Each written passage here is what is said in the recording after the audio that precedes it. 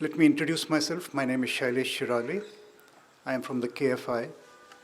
I'm here to introduce this evening's program to you. As many of you know, Krishnaji passed away in 1986, and he used to give talks here every December, January for many, many years. And after his passing, we were wondering in what way we can continue this tradition of talks or some kind of public interaction here. And a number of different formats were tried here. So we have experimented with different formats, for example, panel discussions, different kinds of dialogues, and talks by individuals. And the last one is the currently used format, talks by individuals. Over the years, we have had speakers from many different fields, the fields of science, environmental activism, the performing arts, and religious inquiry. I'm happy to say that our speaker today is a very eminent speaker, Professor Makarand Paranjape. I'll introduce him briefly now. He was educated at Bishop Cotton Boys' School, Bangalore, and then at St. Stephen's College in Delhi, and at the University of Illinois at Urbana-Champaign in USA, where he received his MA and PhD in English. He describes himself as a curious person, in quotes, who has spent his life reading, writing, studying, thinking, and teaching. He was professor of English at the Jawaharlal Nehru University in New Delhi for nearly 25 years. Prior to that, he taught at IIT-Delhi and the University of Hyderabad. He also served as the director at the Indian Institute of Advanced Study in Shimla. He is the author and editor of over 50 books and hundreds of academic papers, and he is also a poet, novelist, columnist, and public intellectual. His latest books are on topics of great current interest, including Hindutva and Hind Swaraj, which is of great interest currently, one on Mahatma Gandhi, and one on the subject of identity, identity's last secret. And he is currently the Sri Aurobindo Chair, Honorary, at the Vedere University, and the Director of Education at the Access Health Care Physicians in Florida. So he has chosen to title his talk for this evening, The Relevance of J. Krishnamurti in Our Times. I think it is a highly relevant topic, considering what the world is going through, and certainly our country. So he writes, the relevance of any great teacher is never easy to assess. But when it comes to Krishnamurti, it poses a special challenge, because Krishnamurti called for the end of the past, of conditioning, of thought itself, if we are to apprehend the real. Hailed as the world teacher by the Theosophical Society, Krishnamurti is better remembered for walking away from that role. He famously declared that truth is a pathless land in 1929, when he dissolved the Order of the Star. But he continued till the end of his life to give talks showing the way to freedom and liberation to those capable of seeing it. But isn't what Krishnamurti said and taught a part of the very structure of thought that we must abandon? What then happens to the very idea of relevance?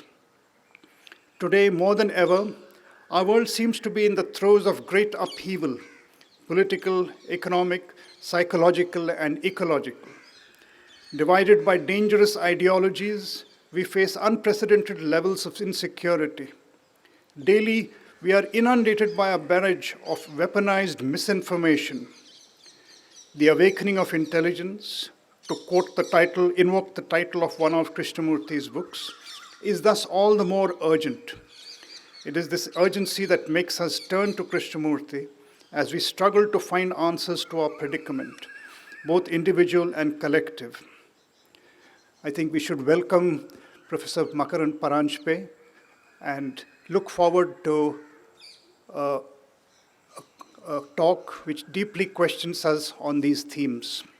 So, Professor Paranjape, please. After the talk, we will have time for questions from the audience, and I will moderate that session. So we'll announce the protocols for those questions at that time. Please. Good evening, all of you, and thank you so much, Dr. Shirali, Vishwanathji, the other trustees of KFI, and friends. Just before I was coming to the podium to speak, Vishwanathji was asking me, are you going to stand here and talk, or will you be sitting down there? And then he said, only gurus sit down. And I said, well, I'll leave that chair for the anti-guru, for Krishnaji himself. And thinking of him today and welcoming him to bear witness. By him I mean the phenomenon that was Krishnamurti. And in fact seeking the wisdom that he represents. I think we can begin. And in fact, this morning I visited the Theosophical Society as well with Vishwanathji. I wonder if some of our friends here are from the School of Wisdom. You're very welcome. Thank you for taking the trouble to walk across the street, so to speak. And I sent a photo or two from both Krishnaji's room as well as from the Theosophical Society home to my wife. And I'm saying this apropos the chair, the empty chair, which is full of possibilities. And she said to me, may Krishnaji speak to you. I thought that was beautiful, not speak through you, which would be not only presumptuous, but also problematic. But she said, may Krishnaji speak to you this evening.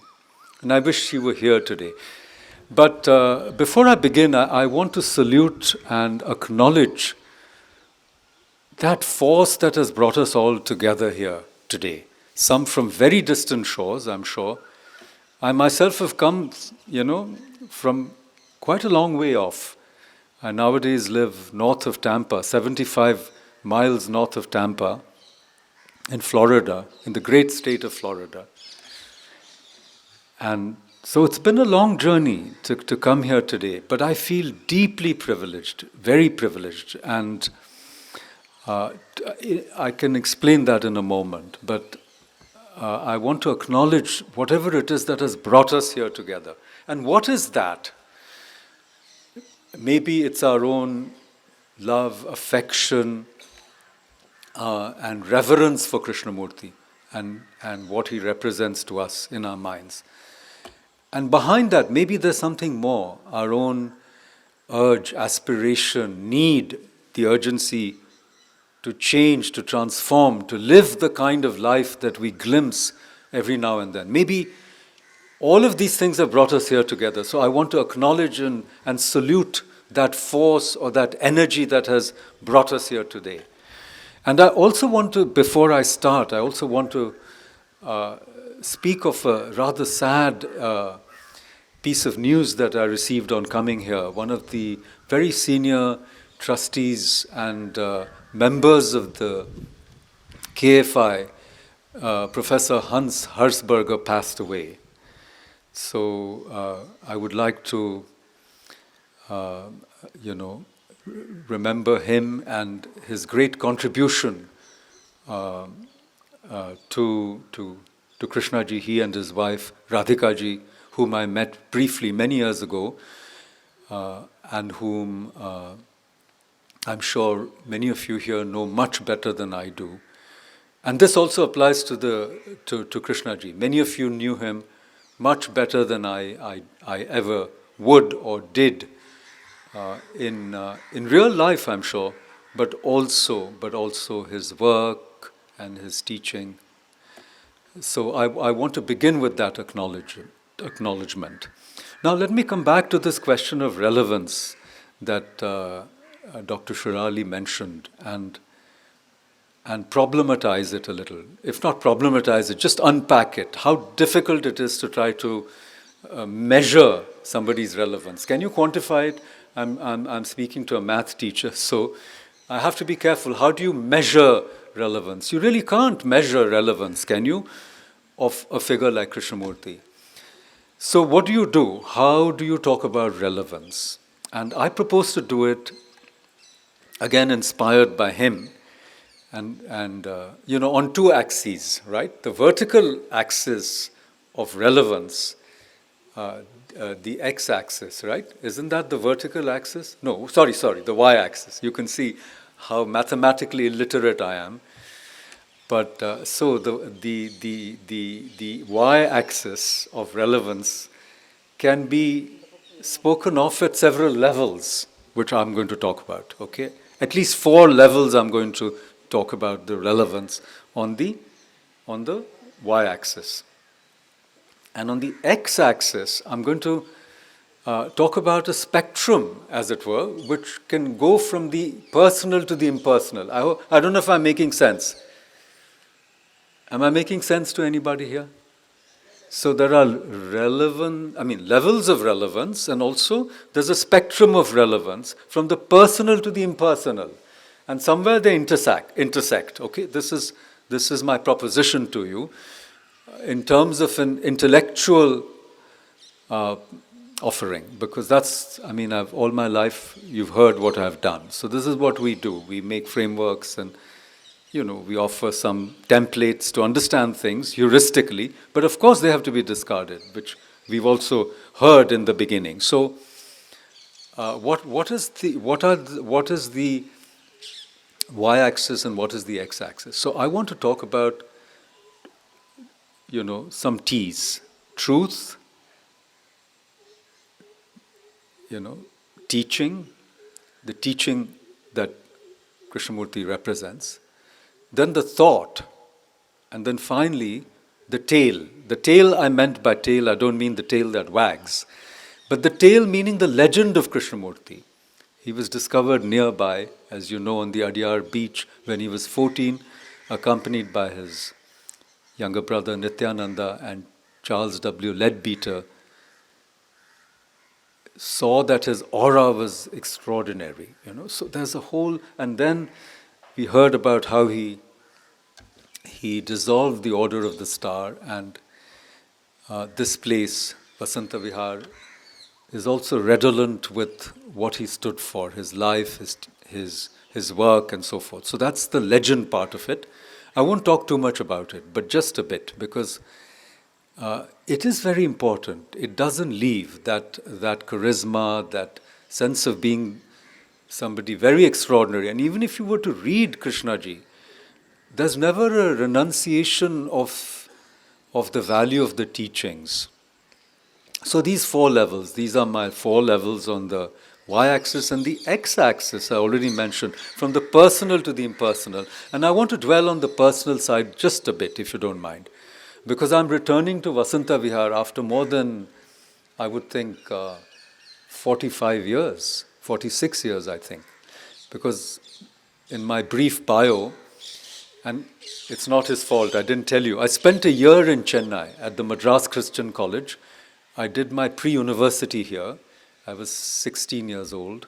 But I had already, come across Krishnamurti, or Krishnamurti had already come across me, or whatever. When I was even younger, about 15, I was in 10th, 14, 15, and 10th standard. Mr. Achyut Patwardhan came home, and my elder brother, who was in IIT Bombay, he was 6 years older than me. He is still around. And he brought a book of Krishnamurti, and I started looking at it. And I was a bit of a reader. So I had read Siddharth by Hermann Hesse when I was 16, and I had read a number of books, Aldous Huxley, Brave New World. I'd even read Sartre in translation. I don't claim to have understood whatever I read, but I was a curious person, as I mentioned, as Dr. Shirali mentioned on my behalf. So I had come across some work of Krishnamurti at that age. So when I came here, I was very eager to come and listen to Krishnaji. And then I found out that this place was under a dispute. There was a lawsuit going on. I'm talking about 1975, 76.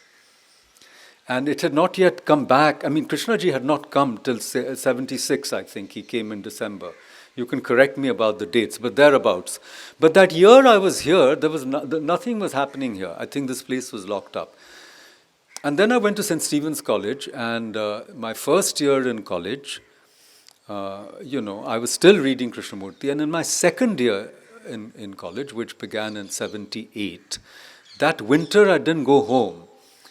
My family lived in Bangalore, and I had a bit of a crisis reading Krishnamurti, because I realized that every way that I was reading him was a part of my own mental construct or makeup. And it was as if I had reached an impasse. How to get out of that? Because getting out of that was also part of the mental activity of the mind, of the ego. And it was a very disheartening kind of feeling for me at that time, Maybe winter is depressing in Delhi. There's no heating, in college dorms, in our hostel rooms, and everybody had gone home. I was alone. Very few of us were there.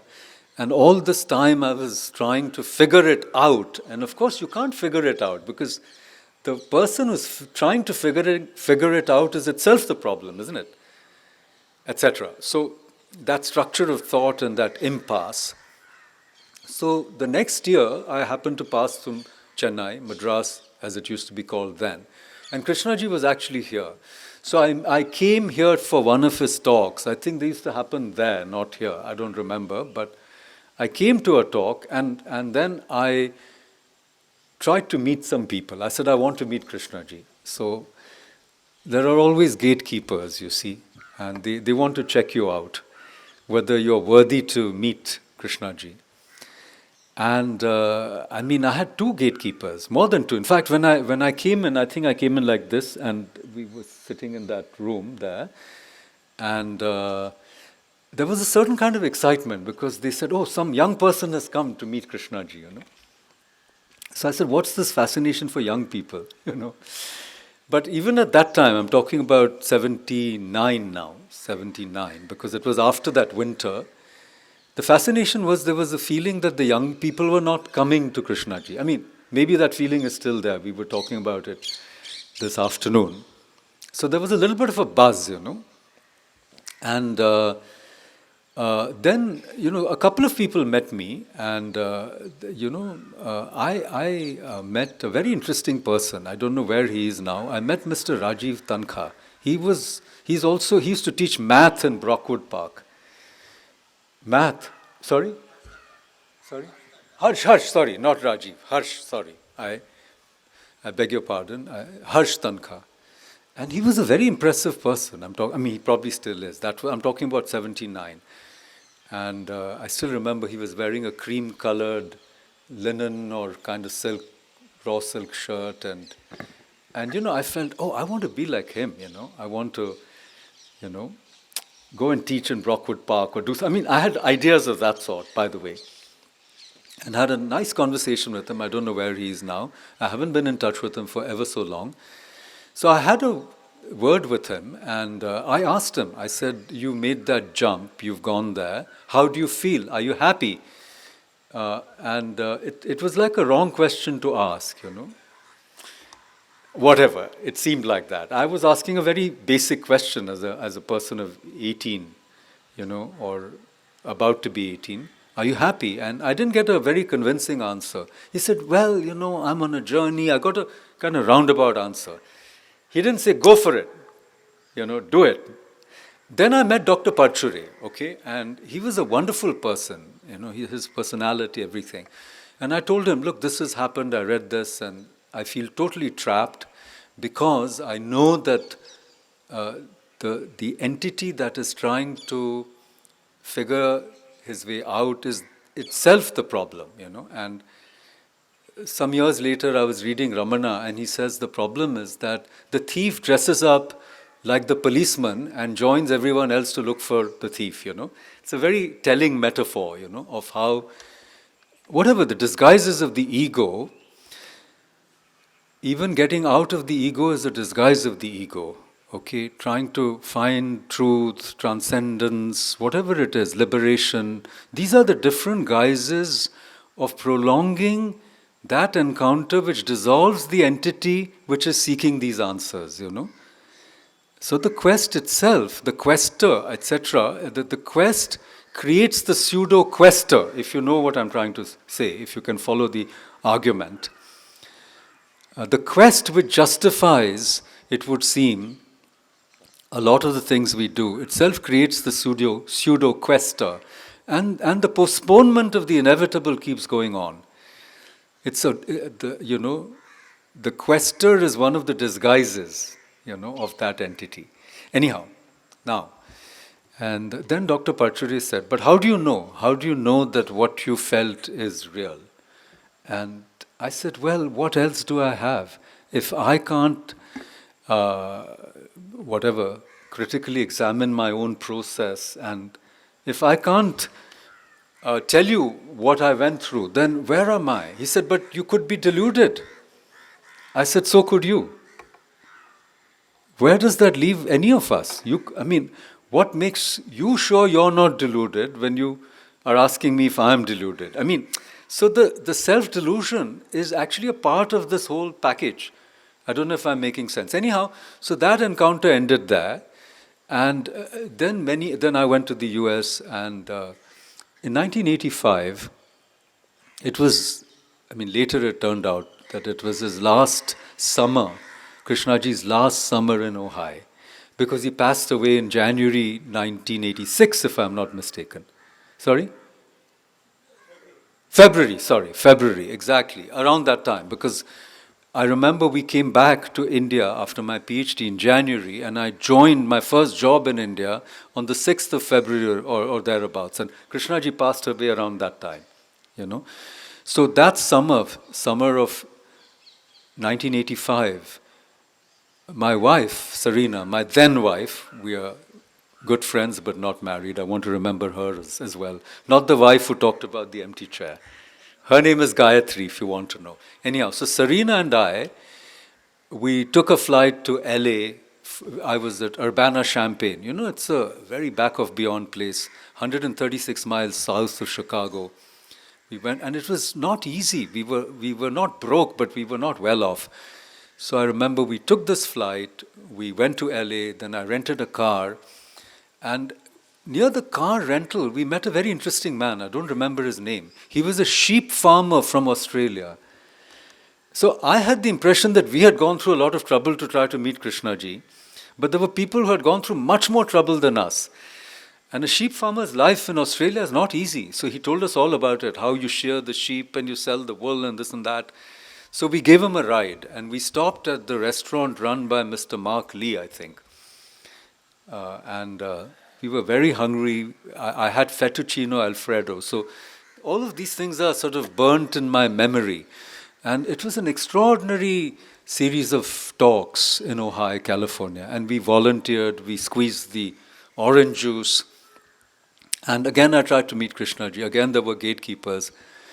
And the gatekeeper then, and the Australian gentleman was with me and my wife. So they asked this person, where have you come from? He said, Australia. They asked me, where have I come from? I said, from Chicago. So the Australian gentleman whom we gave a lift got to see Krishnaji, and we didn't, So it was a trifle disappointing, but I think that that's the way it's meant to be, is what I'm trying to say. And after all these years, I'm back here at Vasanta Vihar giving this talk. I don't know if I'm making sense. I think it was all meant to be the way it was. So I want to, when I said the relevance of Krishnamurti is a deeply personal topic to me, because in a way I started my journey with Krishnamurti, and I've come back to Krishnamurti after so many decades.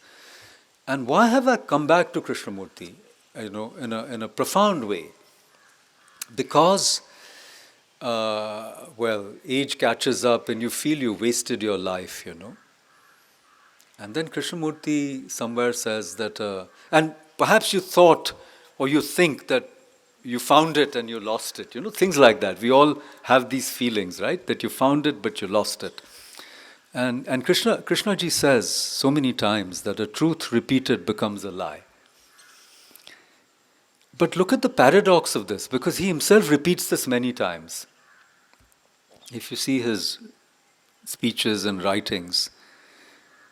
So, is the statement, a truth repeated becomes a lie, itself a lie? Because it's been repeated over and over again. Or are there exceptions? I don't know if I'm making sense. But a statement like this, which I had encountered like thousands of years ago, so to speak, and when Krishnamurti, going back to Krishnamurti, it popped out again. It was very liberating to me because it showed me that yesterday's truths are not relevant. So there's no such thing as wasted years.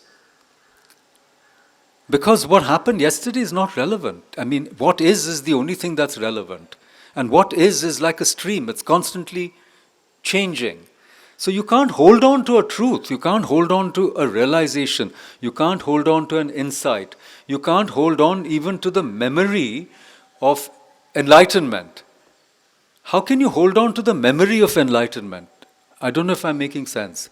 So Krishnamurti was very refreshing and liberating, coming back to him in a very interesting way. Aham Brahmasmi, Tattvamasi, Iyam Atma Brahma, Prajnanam Brahma. These are the great Mahavakyas in the Upanishads. Krishnamurti is also full of Mahavakyas, I feel. So a truth repeated becomes a lie is a Mahavakya. And it inverts what Goebbels said, a lie repeated becomes the truth. And this is what's happening to us today when I talked about weaponized disinformation. Lies are repeated over and over and they become the truth for many. But a truth repeated also becomes a lie. That's so extraordinary. So clinging on to old truths, the Buddha's truths, the truths of the Upanishad, the truths of this or that tradition, the truths of theosophy with all the different religions represented. What good is that to me today, just now, if I'm not conscious or in touch with reality right now, or the I that somehow identifies with this body is not aware of the movements of the body and its own brain or mind or whatever. What good are those truths? A second-hand truth is really no good to me. Now, similarly, I remember Vishwanathji and I, we've had so many conversations, and one of the times he tries to take me out to dinner, whenever we meet. I don't know why he does it, but he does it. And today he took me out to coffee and said, "Don't you want some chocolate before your talk?" And he said, "Don't make a problem of anything." This is actually the title of one of Krishnaji's very profound books, where he's in a way trying to train the people who in a way dedicated their lives to him. He wants to train them to make these centers places where that sense of the religious, the sense of the sacred, the sense of the noumenon exists. The centers are important, and he talks about that in this book. But when you say don't make a problem of anything, you can make a problem of this very thing. I don't know if I'm making sense. You can make a problem of not making a problem of anything, because you're so used to making a problem of everything that not making a problem of anything becomes a problem to you. And in that book, Krishnaji says that the brain is a problem-solving machine. So it will create a problem even when there is none. So he talks about suffering, he talks even about illness. And he says that the illness or the suffering or whatever it is just the reality. But it's the brain which wants to find a solution to that state. It doesn't want that state. It wants to bypass that state of discomfort, that state of disturbance, of unhappiness, suffering. And so, looking for a solution, it creates a problem of reality, So this is another one of those conundrums, Then you can think about the whole idea of conditioning, the ending of thought, the ending of the past. So isn't Krishnamurti a part of our conditioning? What do you do with that? So this is what I said. If you look at my y-axis now, truth. So truth I want to propose as unknowable. It's not possible to know the truth because the instrument of knowledge, with its organs of perception and reflection, cannot capture truth. You can be the truth, but you can't know the truth because you're not separate from the truth. There is no position from where you can know the truth. And all we can do is we have mental images of the truth. And our mental images differ. Your mental image of this tree, this building, these flowers, that bat is going to be different from mine. And because we are human beings, we share a world of perception. But the ant is not going to look at the tree and the ant the same way as we do. Or the bird is not going to look at people down here, or the bat which can't see and must navigate through vibrations is not going to share your perceptual field. And yet we share, it would seem, some space where if I come close to the bat, it goes away, or vice versa. So there's something that we share, but it's not identical. So the human being, the human world cannot be taken as normative for all life. And you can actually look at this question at different levels. At the quantum level, we don't know what things look like also. So truth is unknowable, I think, because of the reasons I've given earlier. Then what about the teaching? And Krishnaji somewhere says that it's like a mirror. So a mirror cannot lose its relevance unless you stop looking at it, because it's going to show you who you are. But if you stop looking at it, then it's irrelevant to you. But then you can't take the metaphor too far, because the mirror can also rust and this and that. And there are different kinds of mirrors, right? There is the Aranmula mirror, which is supposed to show you your spirit, not your body. But anyhow, these are metaphors. But the point I'm trying to make is that there is the truth which is unknowable, though Krishnaji keeps pointing to it and also warning us that every attempt to capture it, to contain it in language or through images or through definitions is futile. So the truth, in a way, is very real. Truth or reality or what is very real. It is actually who we are. But it's not knowable in that fashion. It's not knowable, codifiable, because then it leads to organized religions and so forth. And that's when the teachings come into play, because the teachings are also pointing to the truth. But the teachings also can get codified and organized. And that's why Krishnamurti says there's no authority in religion. And there's no hierarchy. And there is a book about India called Homo Hierarchicus by Louis Dumont. Have you heard of this book? He says everything in India is hierarchical. So even within the Krishnamurti centers, there'll be some subtle hierarchies of seniors, juniors, people who know more than others. But it's much less than anywhere else, I go to other places and I find that those who have known the gurus become quasi-gurus themselves, because they reminisce about their time with the guru, and the younger ones want to know, almost by osmosis or by association, they're somehow a little better placed than people who never came into living contact with the guru. And then there are people who are well-read, so they become quasi-authorities. And it's absurd, because there's no intermediary between you and what is.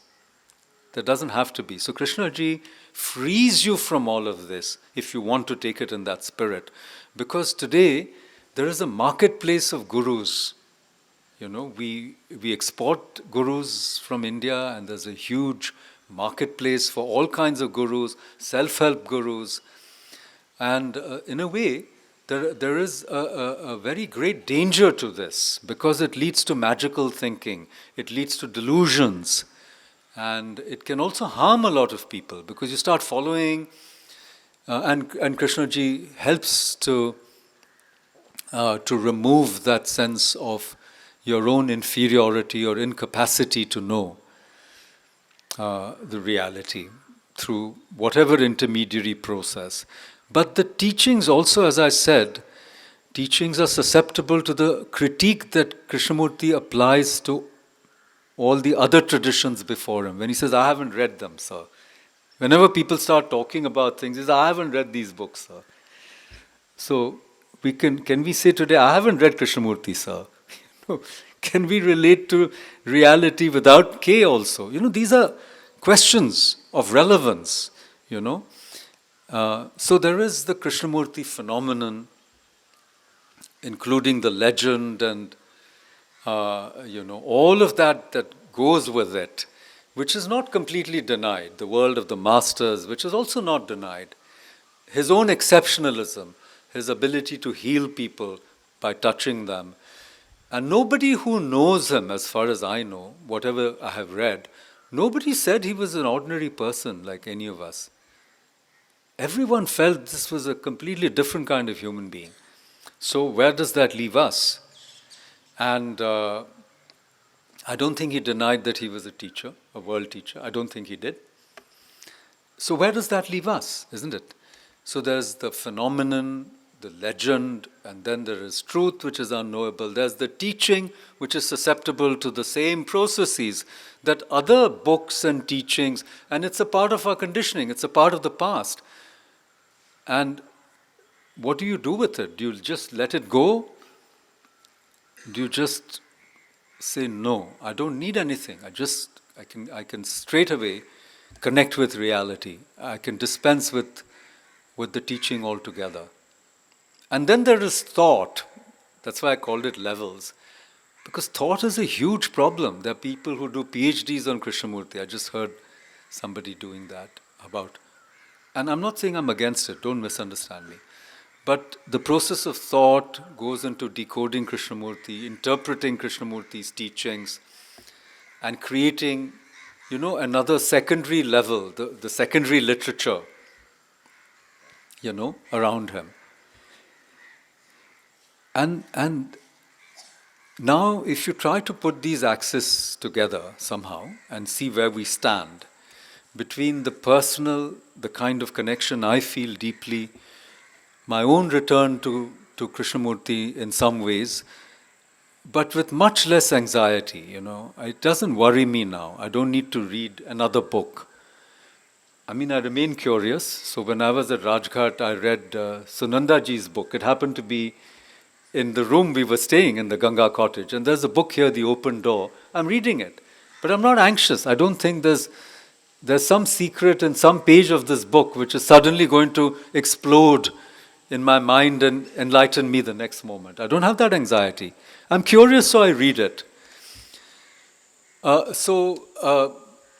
Can we return to Krishnamurti without that anxiety, without the sense of fear or anticipation or the sense of greed or desire or whatever it is to find that truth, to capture it, to make it our own?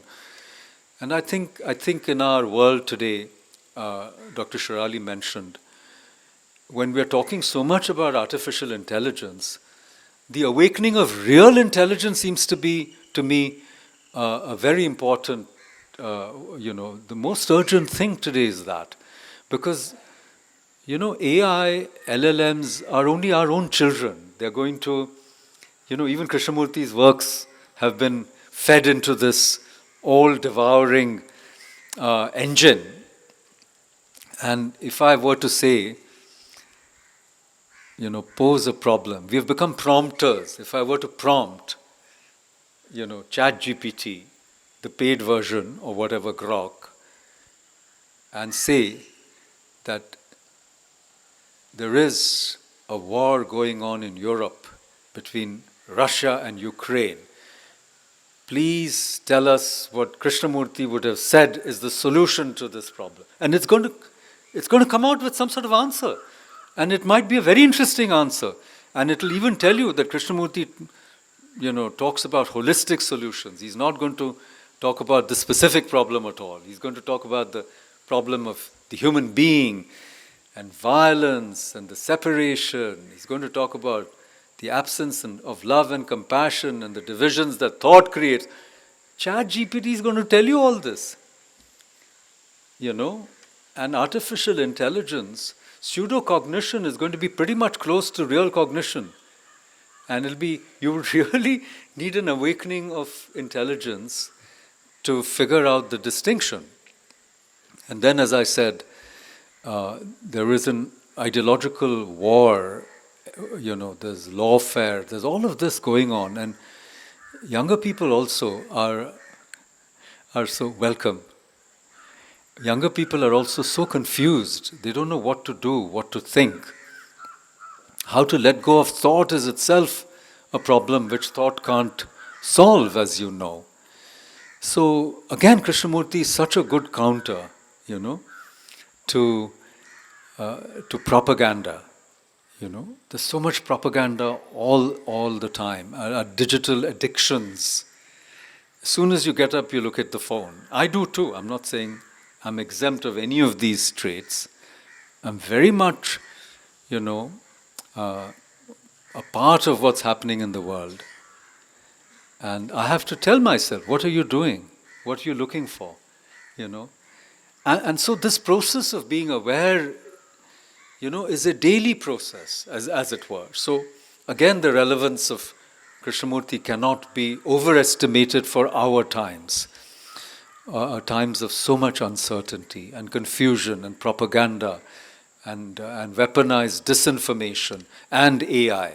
So there is all of these reasons, from the personal to the impersonal, that make Krishnaji so important to us.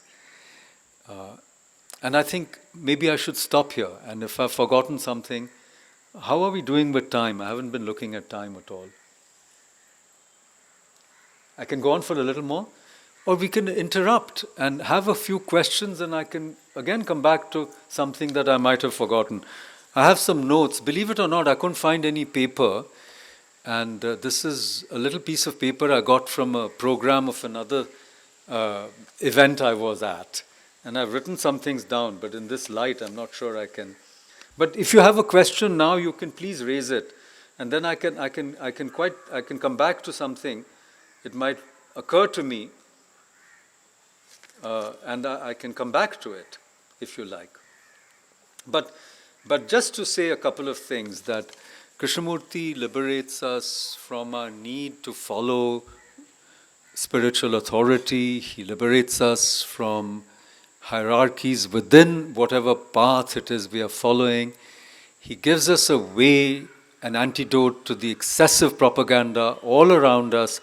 He gives us a way to think through the political noise. There's so much noise around us, day in and day out, through social media, through all these channels. He gives us a way to understand our own craving, our own compulsive behaviors.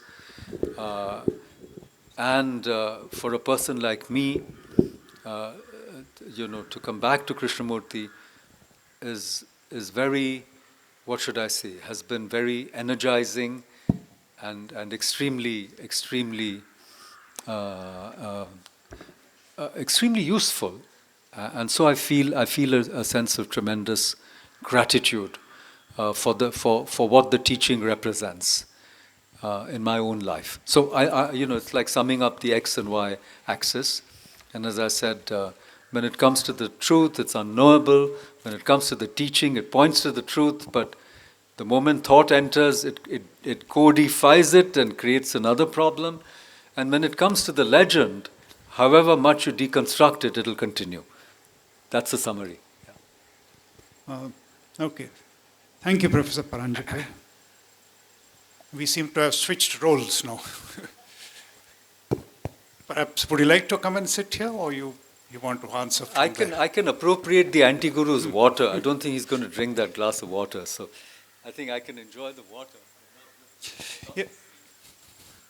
So we can have a few questions and answers at this point. We have a fair bit of time, so you are welcome to ask. May I request you to keep your questions short?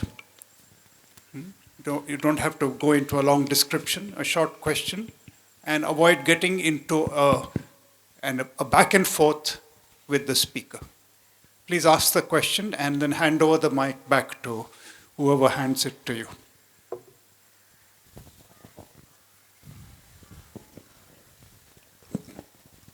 There's a lady in the front who has a question, though she came very late, so I might have already answered it before she arrived. But anyhow. And perhaps you can introduce yourself, so if they're recording it, we would know who's asking the question. Sir, I would like to ask you. Can you introduce yourself, please, briefly? My name is Nagarajan. I'm a retired person. I'm 75. I've been coming to Vasanta Vihar since 1980. Wonderful. You don't look 75. That much I can tell you. It's okay, sir. Sir, I read that live the teaching and then you will be in touch with case consciousness even if he is dead. Live the teaching, then you will be in touch with case consciousness. Please, can you put some more light on this statement? The teaching lives you. You don't live the teaching. Thank you, sir. Thank you. This lady has a question.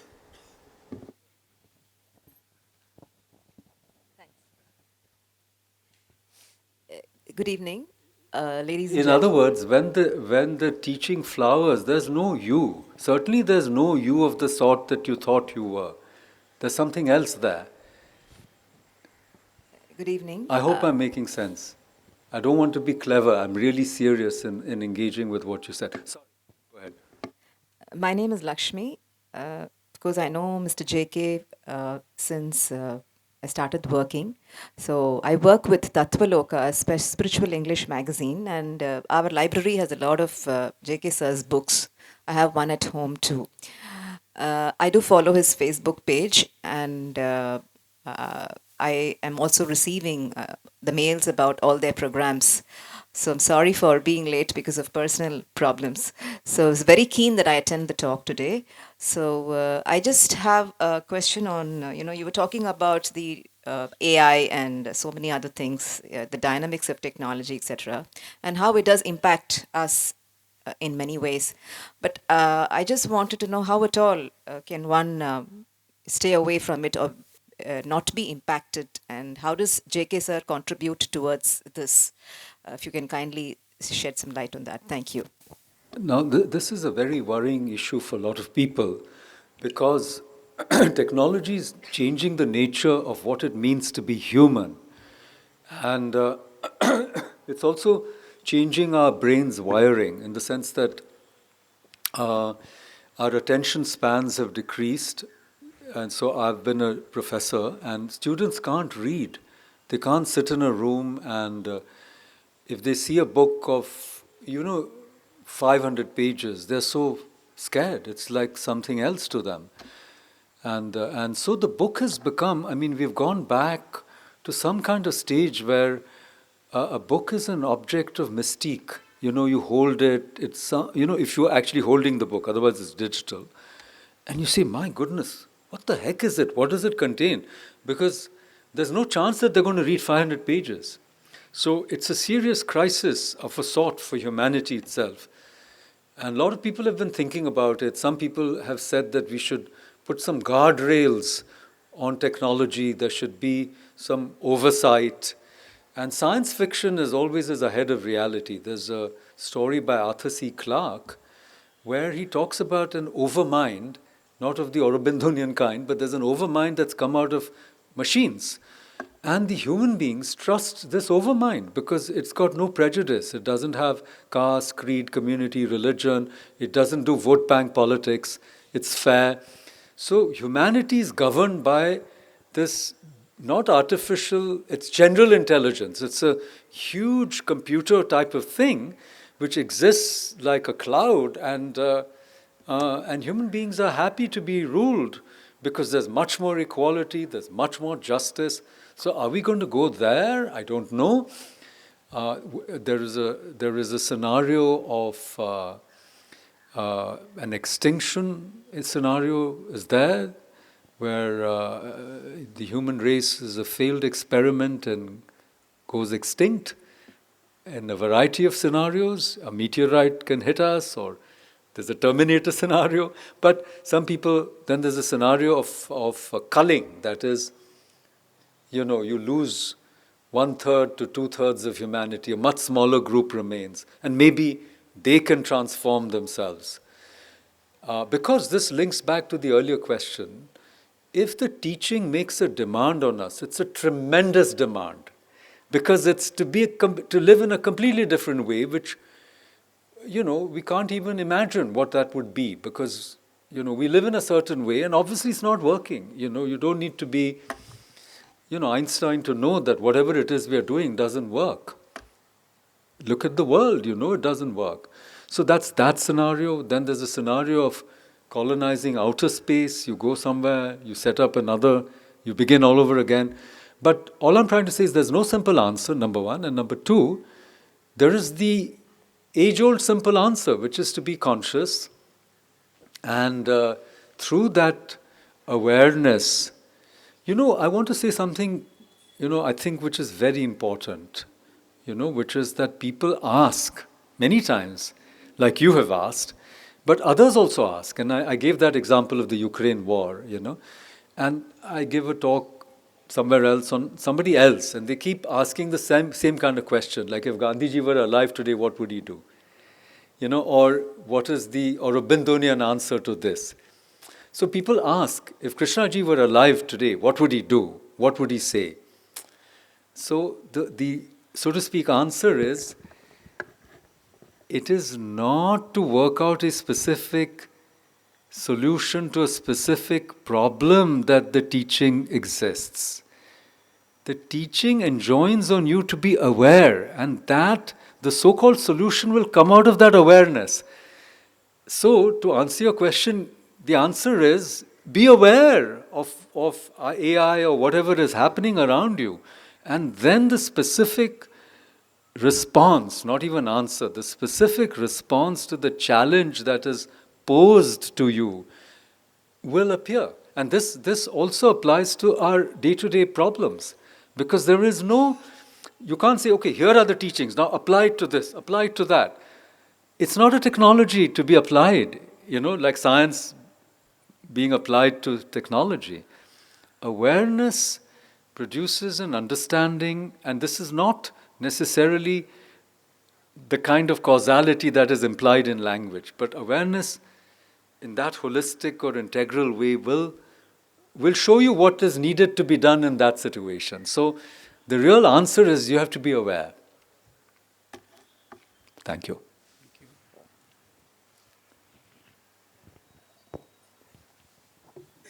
Thank you.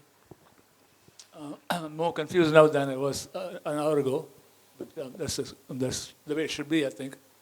I'm a professor of computer science. Please introduce yourself briefly. Yeah, I'm beginning to do that. No, your name as well. Yeah, the name is Kriti Ramamritam. You can't forget that. So I'm a professor of computer science at IIT Bombay. Now I'm retired. I'm helping another university to come up the ladder, so to say. I'm a fan of Vasanta, and that's what brought me here. And we have bonus in terms of your talk. The problem I have is that when I came in and read your question that you raised and answered it, tried to answer it in the course of the talk, I thought that I would know when I've read a book where I got the gist or I got the story as told by the writer, the way he wanted it to be. That was the consonance of ideas, thought, and the outcome should be something that in which case I have taken on the statements of the writer. But then I asked the question, how would I know that I have reached a state? How do I know that I have reached a state where I can answer the question, who is writing this book? What is it for? And how do I know that I've reached a state which the writer would have reached if he had read it for the first time? So these questions started getting bundled up, and I got lost in the process. So that's why I leave the process with you. You can before the steps involved in reading a book, so that you can answer the question. Does it answer my question? Right? Yes, yes, I can So, try. As I understand what you said, I guess I can repeat it for everyone. I don't know if everyone got the question. The question was that normally you read a book and it seems to have a point to make, and you try to comprehend that point, and then you get a sense of what the author wanted to do or accomplish, and what the intention was, or what the message was. We are always looking for messages, etc. And then you think, okay, I grasped it. This is the normal way in which you read books. But when you read Krishnamurti, that's not what happens. Am I somewhat accurate in rephrasing what you said, sir? Yeah, so I completely agree with you, because reading Krishnamurti is not to get some message or some nugget, or to decode, some theory or some abstraction or some, there's no plot, as it were, there's no, punchline.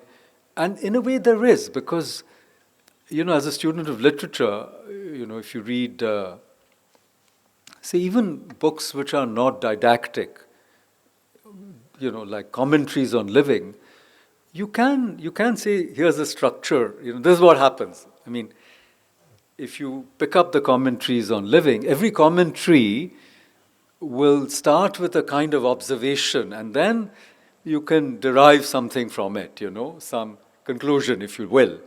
But that's not the whole point. I mean, that's not the point at all, as it were. The point is, in a way, as I see it, Krishnamurti wants to flip your own consciousness, whether it's through the talks or the discussions or the writings. So it's not to make some point that you can grasp, but it's to alter your consciousness. Now, if that happens, fantastic. If it doesn't, you struggle through it, because obviously thought is going to work. You are going to read and interpret and reflect on it. And maybe you can arrive at a stage when you see, that's not it at all. That's not what I meant at all. I'm quoting T.S. Eliot, by the way. And I was going to quote another line of his, in my end is my beginning, So, to return to Krishnamurti, it's like saying, in my end is my beginning, But please think about what I was saying, and maybe there's a different way to read Krishnamurti without the anxiety of trying to make sense of what he's trying to say. Because the so-called knowledge that he's conveying is not the kind of knowledge we get when we read a book of engineering or even a work of fiction. But there is something there. There is, there is an alchemy, there is an energy.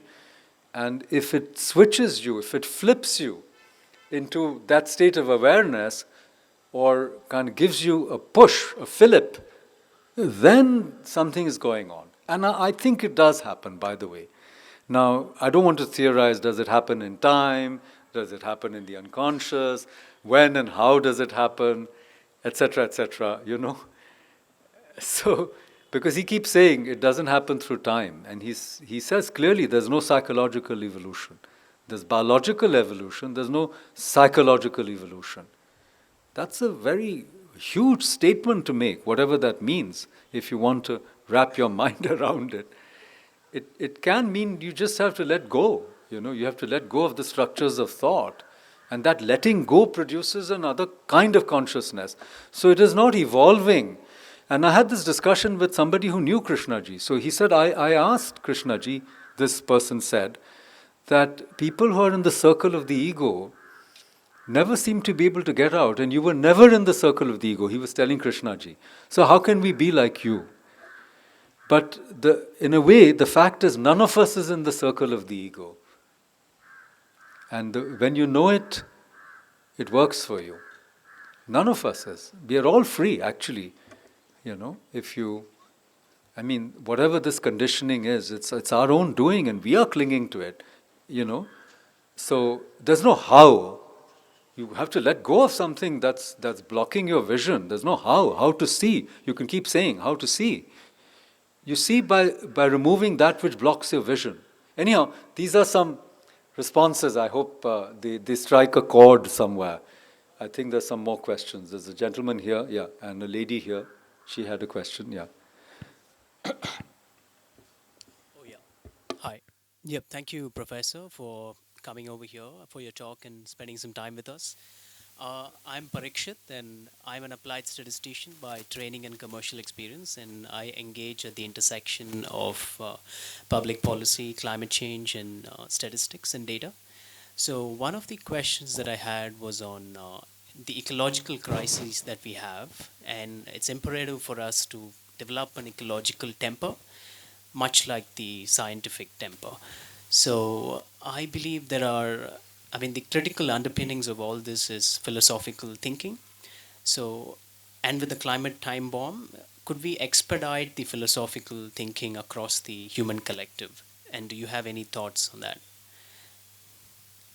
Yeah, so again, this is the kind of question we get, about, some big crisis we're in the middle of this, and you're a younger person, and you're obviously very engaged and very intelligent, so please don't mind what I'm saying.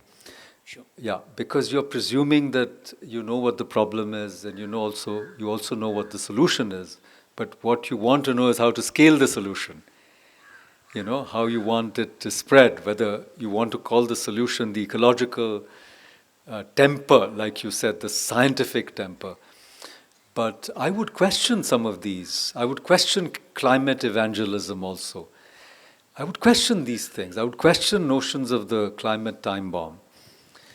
And then, first of all, on this path, if you want to call it this path, whatever this path is, we don't worry that much about trying to scale up and teach others and make everyone like us. No, we really worry about ourselves, and and this is true even of things such as being in the teaching field.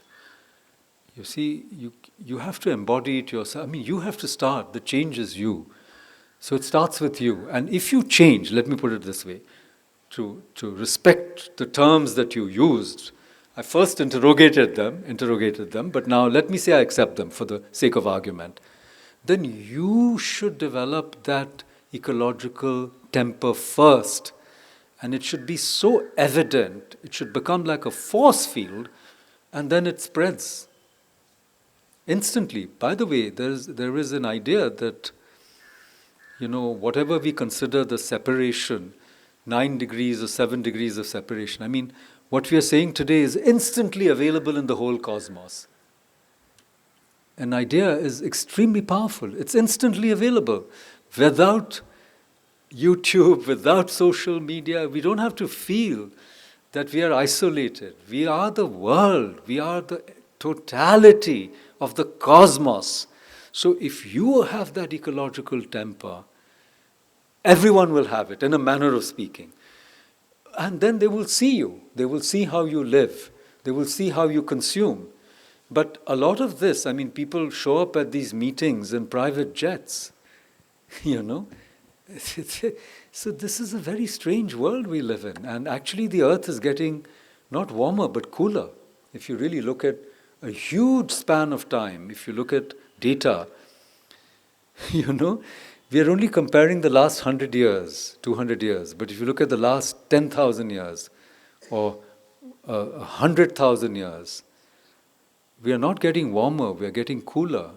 So we really don't know. We don't know the scale of things. So we have to think through this. And we also have to be suspicious of climate activists, the forces behind them.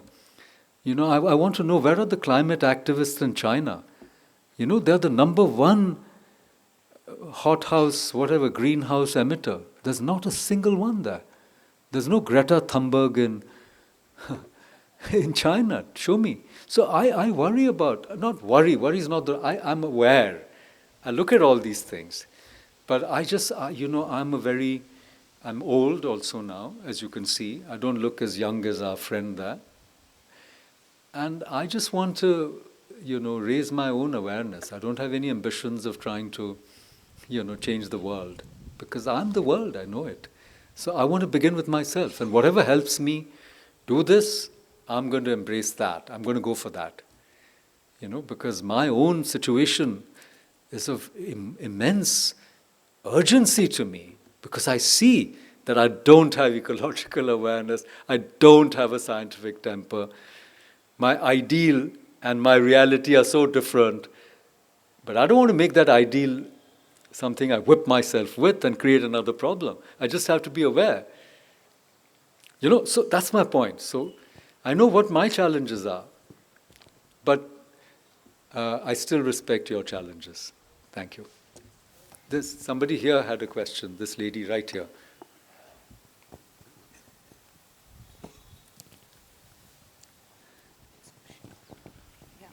Good evening, and firstly, thank you for spending the evening with us. And I do get anxious when I read a chapter of Krishnamurti ji, as you mentioned, because I feel there is a difficulty for me that I find, a gap which I find, difficult to bridge between where I am right now and where I want to be. So I just take a break and I take some deep breaths and come back to it, read it again before moving on to the next chapter. So thank you for letting me know that I'm not alone.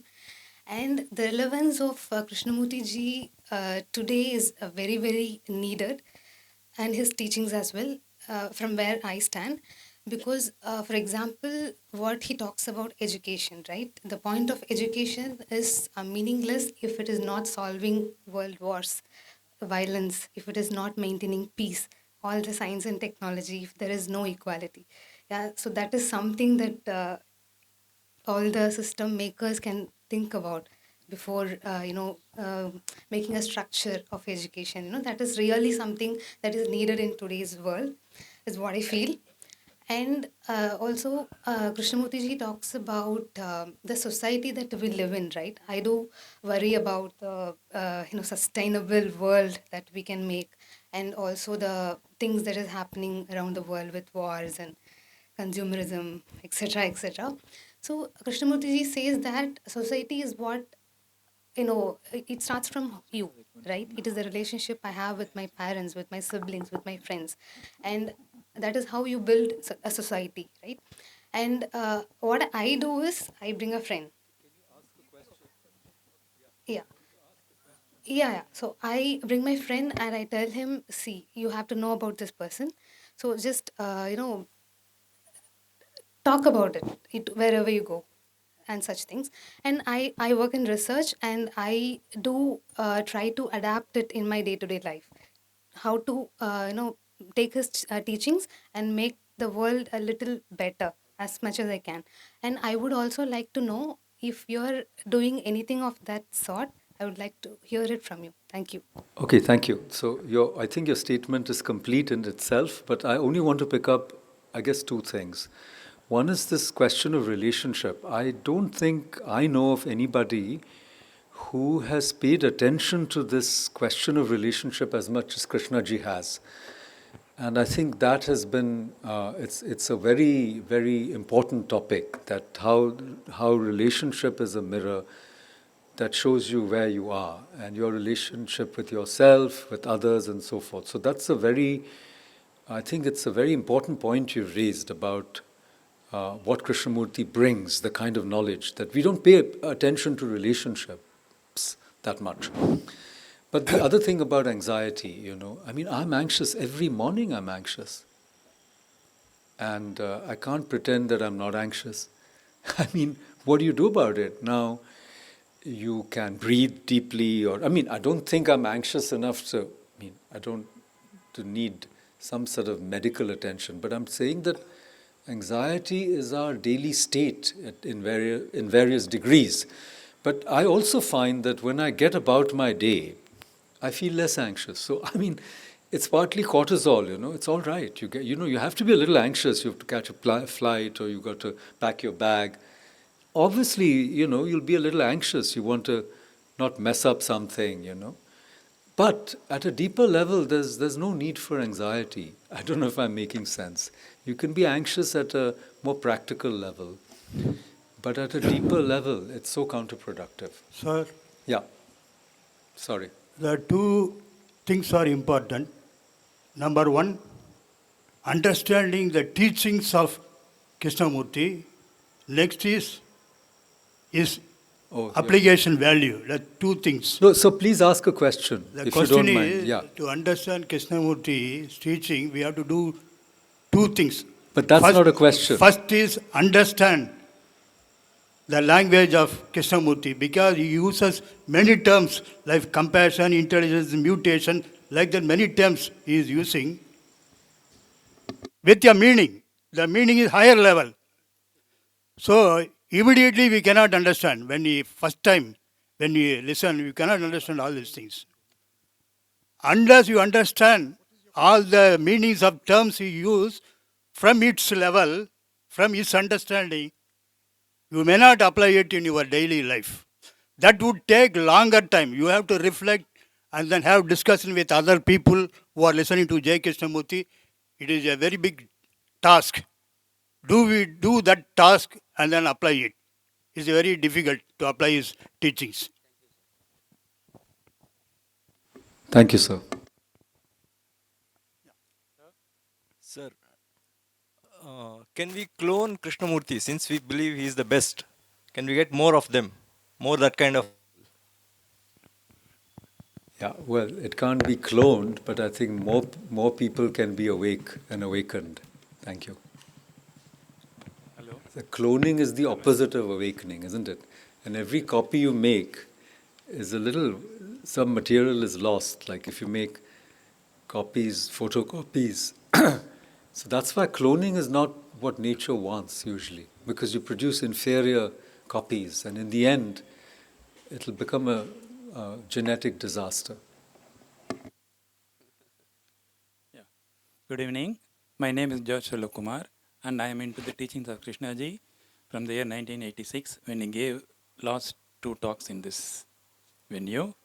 My question is, we started with a quote of Krishnaji stating that truth repeated becomes a lie, and then I feel you took off with your own explanation. Started with the decoding, and I want to know how that quote ended, as Krishnaji stated. No, it started with truth repeated becomes a lie. What is the answer for which Krishnamurti told about that? Well, he said this in many, many different places and across many decades. And I don't think there is a coda or a follow-up. But what he was, as I understand it, trying to say is that you'll have to shed that baggage, the conditioning or the past or the weight of thought. You have to shed it to apprehend the reality, which is always new. So when he says truth repeated becomes a lie, it's simply urging you to shed that entire, filter, screen or frame through which you're constantly accessing reality, you see? Like leaf, tree, the words themselves block you from apprehending that which is beyond the word. No, I my think question actually, that quote has ended in particular sentence, which as far as I understood is, truth becomes a lie, within brackets, without realization it becomes a lie. Exactly, but I'm submitting that realization repeated also is a lie. Realization is not something that happened yesterday and then it's over. See, this is, in a different sense, a very important question, because in many of the conversations, people were asking and urging K to tell us if there was some mutation which made him different, and is it that enlightenment is a once and for all experience where you never return to ignorance? There are many such questions that come up.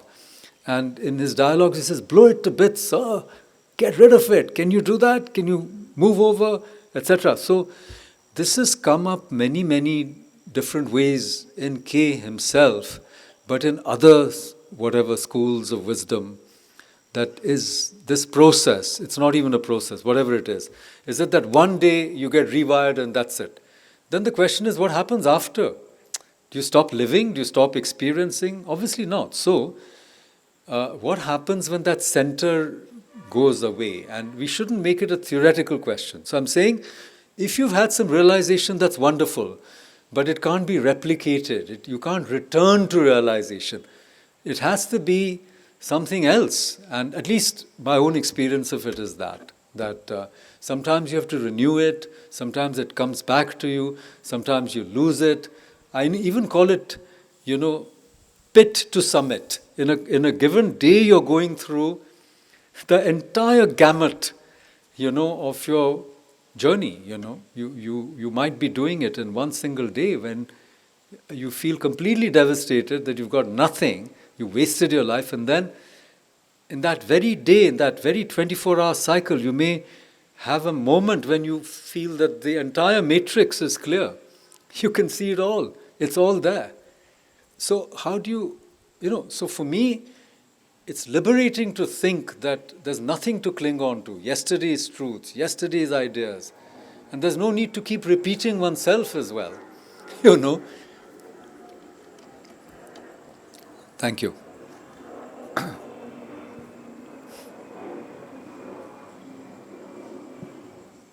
So I'm Ram Gopal. I'm a retired professor of counseling psychology.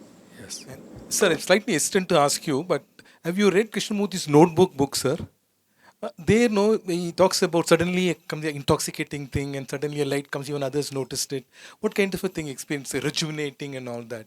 Sometimes we get a temptation to experience that. Is it right, or what's your thought about that? Oh, absolutely. See, there is always that. That's why I said the legend, and around the legend, all kinds of things. The esoteric stuff, the mystical, the esoteric, the world of the masters, the intervention of this extraordinary force and power, and the allure of it all. It is alluring because, if you ask me, why is it alluring? Because it seems to suggest that some miraculous transformation happens, and then you don't have to worry anymore, you don't have to struggle anymore. But, that creates a pattern of desire and anxiety and a sense of lack, inadequacy. And frankly, as I said, I'm a curious person, so I try to engage with some of it, but I don't get involved in it. I say, it's okay, it's not for me. If it's for me, it would be here. And it's not for me to mentally, figure it all out, like what happened between 26 and 29. He went through, it's all recorded, it's there. People were observing him. He would go into a childlike state. But I'm not into it, in the sense, I don't want to go there because I understand, and I feel I know, at least in my life, it's not helping me because his process may be different from mine. And why should I want that same process? Why should that, whatever it is, that ecstasy or whatever, why should I want his ecstasy? I want my own, So it doesn't help me. I want to. When I read Krishnamurti, I want to find a way in which I can flip out of my own limited consciousness to something that is much more unlimited.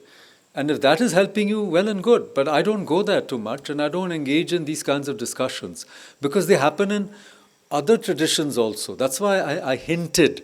Why is Krishnamurti important? Because he saves you, within quotes. He draws you back from magical thinking. So, you go around, I talk to so many people because I'm also a student of spiritual traditions, and then they'll tell you, oh, Mahavatar Babaji, I met Mahavatar Babaji, I saw Shirdi Sai Baba, he walked through the door, he did this, someone else materialized things. I've seen some of these things. I can name them, but I don't want to. But I ask myself, is it helping me? Do I want to ring that somebody has materialized? Well, if I get it, I'll take it. I'm not saying I won't. But, if someone's going to give me enlightenment as Vishwanathji gives me an ice cream or a coffee, I'll take it. But I know it doesn't work. Usually it doesn't work. You can't have second-hand enlightenment. And you can't buy enlightenment in a shop by tapping your card or by taking the QR code, the enlightenment QR code. And people are doing it. They want apps. I think there's a Krishnaji app also. We're doing all this. And I'm not against it. Don't misunderstand me. But that alchemy of the teaching interacting with you. See, I want to say one thing which is very important, that, why is Krishnaji so important? Why is he so valuable, even to me? Because in a way, he cares more about my enlightenment than I did myself. Can you imagine that somebody is worried about my freedom? I'm happy being nicely entangled and wasting my time and my years and fighting with people I love and making a mess of my life, and there's somebody else is 24/7 dedicated to trying to make me free. And these are the masters. There are other masters. I've experienced it. So I'm so grateful to them because, just to think that there are people who care about my well-being more than I do, and I don't have to pay them, they're not related to me, I don't belong, they're not my cousins, I don't have to take a letter of recommendation. They're just working for universal welfare in a manner that's unimaginable. Now, people may term it the bodhisattva, this and that, but I feel that, if I begin to be concerned just about my own transformation or enlightenment, a fraction of how much Krishnaji cared for all of us, I think my life would be different. And maybe I could also help a few other people in that process. Thank you, sir.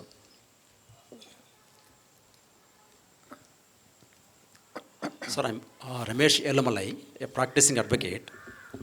My association with J. Krishnamurti is with the school where both of my children are educated. Sir, you are talking about how J. Krishnamurti has worried about others than for himself. My question is that, sir, should we worry about the thin attendance with reference to JK's teaching and its reach to the masses? Should we worry about the thin attendance here? Well, Milton, when he wrote Paradise Lost, he talked about fit audience though few. See, this numbers game is very, very illusory. It's a mayajal, We shouldn't worry about numbers. And, if you are in a state where you can think about others' enlightenment, that's amazing. I'm worrying about mine, and I feel that, in a sense, though, time doesn't exist, time is a psychological construct, I can see that I'm getting old and I'm running out of time, within quotes. So I'm worried about myself, in a manner of speaking. And to the extent that I can worry about a few more people, of course, that's why I make myself available even now, in quite that same or similar fashion. But if you, and I know that there are people here associated with Krishnamurti who have given their lives. They're here, they're right here. Their entire lives they've done this. What made them do it? They found value in it, and they found that doing this would add value to many others. So that's your answer. And you send your child to the school, obviously you found value in it. And that's the way to do it. And you can bring that in your practice, to be a good advocate would be such a great thing, and people need it. And so, again, this brings you back to karma yoga and so forth. You can do excellently whatever you are doing once you live the teaching. I think it improves our lives at all levels, and it also saves us from doing things we don't want to do. It makes it easy to give things up. If you're not meant to do those things, you can walk away without that fear and anxiety. Like I think Krishnaji himself said, that if there is truth in what I'm saying, I'll swim, otherwise I'll sink. When Annie Besant said, what are you going to do? And she bought him this property. She was so considerate, though he was leaving her. I'm just saying, look at these extraordinary people. She was worrying, this man has no talent, he's got, within quotes, no education, he can't hold a job, he's unfit for the world, he's giving up all this, what will happen to him, who will look after him, who will feed him? Please understand. So he says, if there's any truth in what I have, and he was not entirely a young man, 1929, he was already 34 years old. So the time is now, If it is anything meaningful you want to do, the time is now. The past doesn't exist, in a manner of speaking, and the future is an idea. And the other is also an idea. You know, I mean, let the trustees worry about dissemination. No, let's just do what we can get out of this. I mean, let them worry about apps and translations and all. Hello, my name is Anna. I'm here with School of Wisdom of Theosophical Society, and I'm a member of Toronto Theosophical Society in Canada, where I stay more than 1 year due to war in Ukraine. I'm originally from Ukraine, from Kiev. You already mentioned about war.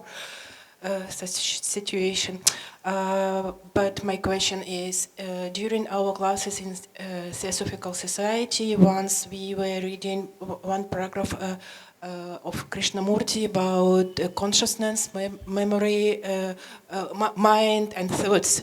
They are all connected, but they are different. You already mentioned about consciousness, and it's important to develop consciousness. I lost, it was great ideas, but I forgot, lost. Can you please speak a little bit more about? Krishnamurti, for them, would be the world teacher who could somehow spread that light of consciousness everywhere so that, you know, people wouldn't have wars. And it was, to me, it's very interesting to think about a Russian-American collaboration from that point of view of geopolitics and strategy, that you stop fighting much before the Cold War. You know, it just makes you think. But I think consciousness, mind and memory. So I think, as I understand Krishnaji, memory in a way interferes with the flow of consciousness, because memory superimposes on the moment, the present, you know, a lot of the stuff from the past. You know, so the moment I say Ukraine, already your mind is working, you know. I say Blavatsky, the mind is working. So there's that whole, there's no way in which, you know, usually we can see anything without that entire, entire concatenation, that entire concordance of memory. And in fact, our sense of self is only that. It's these memories strung together. You know, they give you a sense of who you are. And I can tell you about myself. I'm 65 and I'm forgetting things. I don't have any memory. Only certain things I remember. So I'm very happily giving up memories now, and it doesn't interfere with my life usually, you know. Things that are not important, you know. And I also remember some very interesting things which normally people wouldn't remember. So how do you explain that? I feel that the connection of consciousness as filtered through the brain with the body changes. So if you see very young children, their sense of self is not defined. They even talk about themselves in the third person. After the age of 4 and 5, they start saying, my hand, you know, my foot, my face. They look in the mirror, they have a sense of identification. And then that grows and many other things come in. We talk about prarabdha karma, sanchit karma, all sorts of theories are there. But it is possible through this awareness to let go of that. And by letting go of that, you can also let go of a lot of resentment, suffering, bitterness, loneliness, fear, anxiety, and embrace the present. I don't know if I've addressed your issues. If I'm not, I apologize. I'm trying. Are we out of time? Yeah. Maybe we'll bring the evening to a halt now. Unless someone has one burning question, the last one. Any really burning question. Yes, anyone has not asked a question? Yeah, someone who has not asked. I think this gentleman has not asked. Yes, go ahead. Yeah.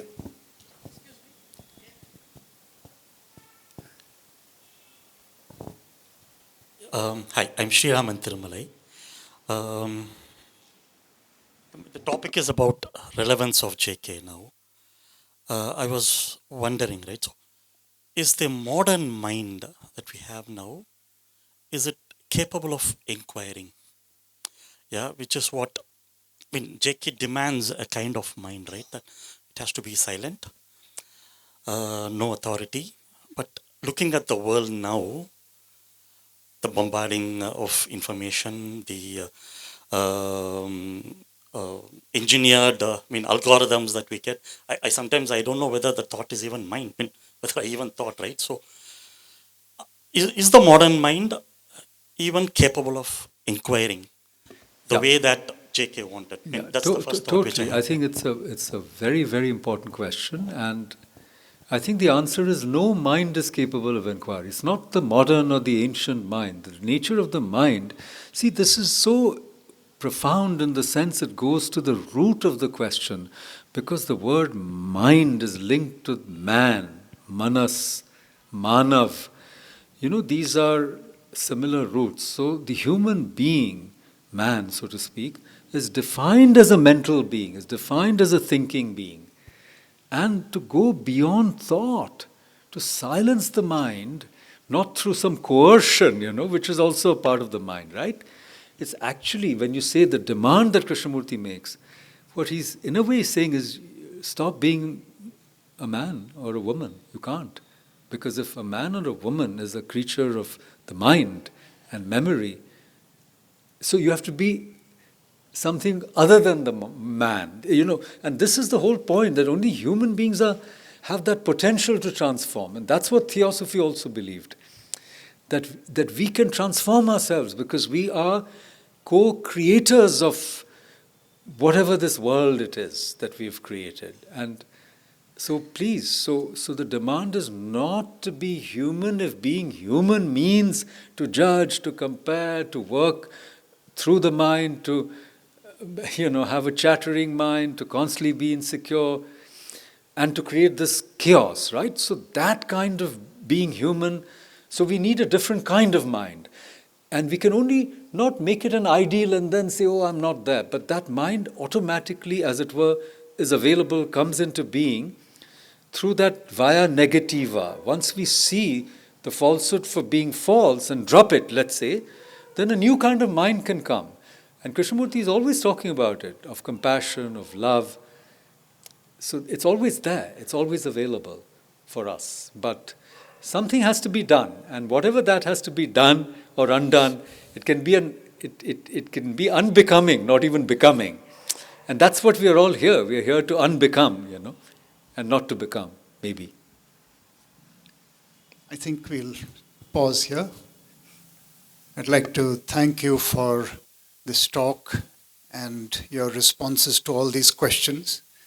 I think the question that you have raised of what is the relevance of Krishnamurti in our times is a very important one, and as you have explained, it's not the name Krishnamurti, it's not the person of Krishnamurti.